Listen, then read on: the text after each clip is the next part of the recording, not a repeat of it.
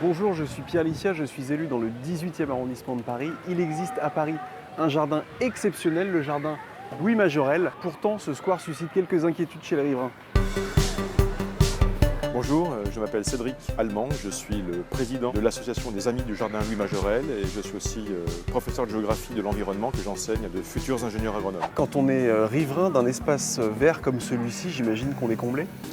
Alors on est comblé, mais on est quand même ici au cœur du 11e arrondissement de Paris, qui est l'arrondissement le plus dense de Paris, c'est même l'arrondissement le plus dense d'Europe. Dans ce contexte-là, le moindre espace vert parisien est une pépite qu'on essaye de mettre en valeur ou de préserver. Qu'est-ce qui différencie ce square des autres squares parisiens?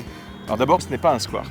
C'est un jardin. Il est unique à Paris parce que c'est le seul jardin où on a en pleine terre 4 massifs de terre de bruyère, qui est une terre exceptionnelle. C'est la première collection florale d'hydrangea. C'est la première collection de Paris d'érables du Japon qui sont magnifiques. Et il y a une très forte dimension sociale. Quand on est dans un quartier populaire, on a droit d'avoir un jardin de qualité et bien entretenu.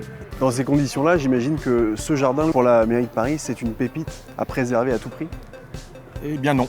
Non, en fait, ce jardin original, qui bénéficie d'un écolabel, est menacé de destruction. Paris a décidé d'installer dans ce jardin des tables de ping-pong et de le raser pour mettre en place une pelouse et un terrain de foot. Si on regarde de plus près l'état de ce jardin, les buis sont en train de mourir. Plusieurs arbres, des érables, ont été coupés. On a un jardin aujourd'hui qui est progressivement en train de disparaître. Je vois qu'il y a un rucher qui est installé ici. Est-ce que c'est pas là un geste écologique fort de la mairie de Paris pour justement préserver la biodiversité? C'est de la façade écologique. Il a fallu raser une partie du jardin pour pouvoir installer les ruchers. Nous avons fait venir des écologues et des botanistes qui nous ont dit que ces ruches d'élevage n'étaient pas adaptées à l'écosystème spécifique du jardin Majorel. On a mis ces ruchers juste à côté de l'aire de jeu. C'est très emblématique de la gestion de la ville aujourd'hui. On fait de l'affichage sur la végétalisation et derrière on bétonise à outrance et on laisse à l'abandon les vrais espaces végétalisés qui sont au service des habitants.